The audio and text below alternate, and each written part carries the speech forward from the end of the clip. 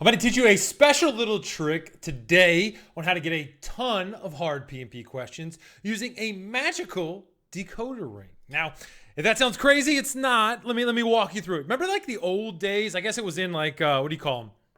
Cereal boxes or Cracker Jacks or whatever.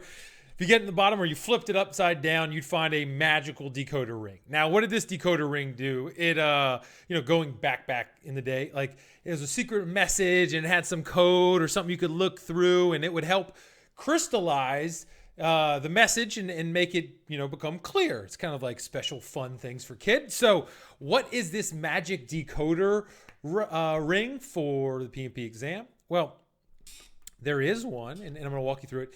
Basically, when you look at the questions, like, a couple sentences, all situational, you know the deal. There are specific words that will tell you exactly the type of answer you should be looking for. Now, that's our decoder ring. If we can find those words, then the answers become very, very clear. They can be nothing but these answers. And when you combine this with the next podcast that I'm going to drop on you about my magical typewriter method that I came up with, you are something special, and you can break down any of these questions. And really, a lot of them, you can just look for the words or the way in which they frame things, and you can be like, I'm pretty sure that this A is the answer. So no more time waiting. Let me explain to you what the decoder ring is. Now, as you read the question, we want you to read for context, right? It matters what they're asking you. And they're going to frame a problem in the question. Not necessarily what should you do next or what did you do in the past, but there is an issue, a problem in the question, all right? Now, when I say issue, problem, I'm being a little loose with language. There's something wrong in the question, all right? There's something that we want to solve for, and we got to figure out what that is. So I want you to see in the question if it's telling you about something that COULD could happen. All right, I'm going to write down my magical pen and my magical little piece of paper. If it's something that could happen, like it hadn't happened yet, like we know there's icebergs out there, we just haven't hit one yet, it could happen, then that should bing, pop in your mind, your little magical decoder ring, and go, I think this question's related to, guess it now, it's related to risk. And anytime it's related to risk, what do? We always go back to fundamentals, back to what we started with, and we're going to say, what's the first document we create around risks? It's the risk register. So we'd say, is the risk register updated? If it is, then we're going to go back and update it and add more details with this risk. And then to go down there, qualitative, quantitative risk responses. You know the funnel, right? So if you see that could word or something to tell you that this is a thing that could happen, you'll know risk. So that's number one. And when you go down to the answers, you just go down, it's a risk thing. Now, if you don't see could, you're not lost. There's a second one. Well, has something bad happened? So I'm going to write has happened. And I'm trying not to spell badly, although I'm talking about weirdly. Has happened. If has happened has occurred, something, boom, we hit the iceberg, something like that. No longer a risk. That thing's come home to roost. It is an issue. As I write it there. Oh no, it's an issue. So what do? Like I said, go back to basics. What's the basic document we write things down on? Issue log. So we're going to go see if it's, put it down on our issue log, update it, do a little analysis and understanding, and act off that. Always going back to the beginning. So we know if it has occurred, we're going issue. And we want to find that in our little answers. Now, the other one is, what if we have an idea or we make a mistake or we missed something, or somebody wants something changed? What do then? I leaked it out. We go to change requests, right? So these are three paths. This is what you're going to decode through. You're going to say, could it happen? Risk. Has happened? Issue. Got an idea, got a change, got something we missed, got a different desire from a stakeholder or sponsor or something like that? Got to go through number 3, change, all right?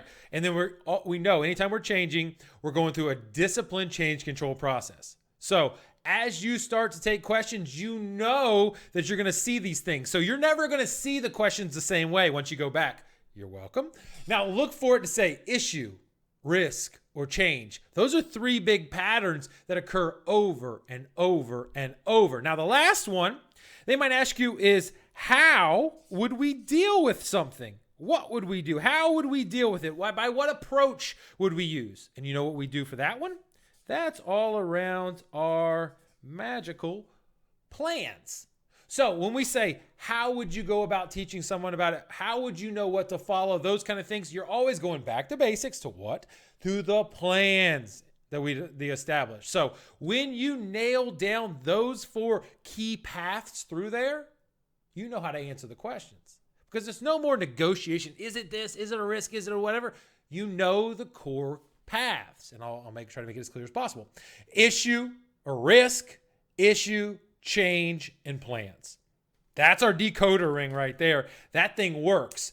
I'm going to say almost 50% of the problem. So not that bad, not that shabby. So what can you do right about now? Well, any theory deserves to be tested. All right? Any theory deserves to be tested.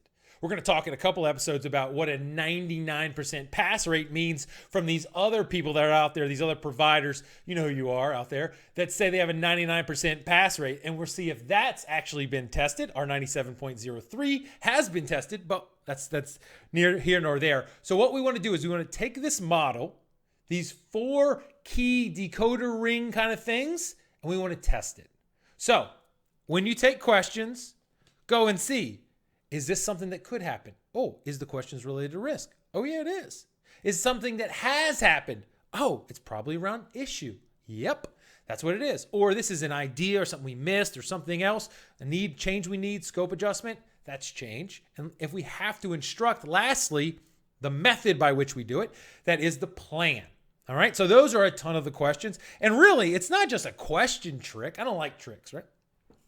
It's a disciplined thought process that we're working through. How best do we document and deal with the situation that's in front of us? We got to know what we're dealing with to deal with it in the right way, if that makes sense. Okay, and so go back, use those questions. Now, if you're in our coaching calls on Tuesday nights, Wednesday nights, we got them every night. If you're in your coaching calls, you're going to see this live in action because we put this model into action every single night. And as a person in the coaching call, then you can go and use it. And you can say, I think it's decoder ring 1. I think it's the issues or the risks or whatever. Yeah, let's test it out. And you'll be able to talk it through with me if you're on the Wednesday calls, or Sandy or Matt that's starting on Thursday. Those are our big instructors. And then we have tons of everyday coaches. So you get into the accelerator, you get me or a person like me once a week where we go through these, and you get teaching and you get guidance. Then you also get those small group coaching calls. So the best way to use it, the best way to get good at this is to use it with people. We got a bunch of other mechanisms, mental models, strategies, and plans, approaches that we use. We can teach you those as well. But you got to put it into practice. So if you're putting it into practice by yourself, that's a good first step. But if you really want to get good at this, come and jump in. Come and jump into one of our coaching calls as well. There's no cost right off the bat.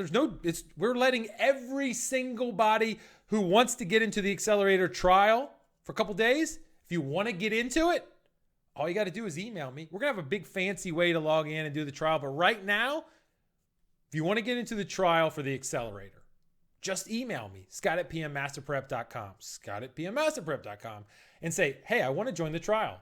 I want to be in your coaching call for a week. I want to go in and see the 7-day accelerator videos. I want all that stuff. I want to see what it's like. I want to see what's generating this 97.03% pass rate. We're, I think, 69 out of 71 people in the last 2 months. Just come in and join. All you got to do is email me. So, you know the decoder ring, these 4 things, start using them. And if you want to get there, doesn't cost you anything right off the bat. Come in and join. I would love to help you out. Email me, scott@pmmasterprep. Get into the trial for the 7-day accelerator. Let's get your PMP. Simple as that. All right. See you later. Good job.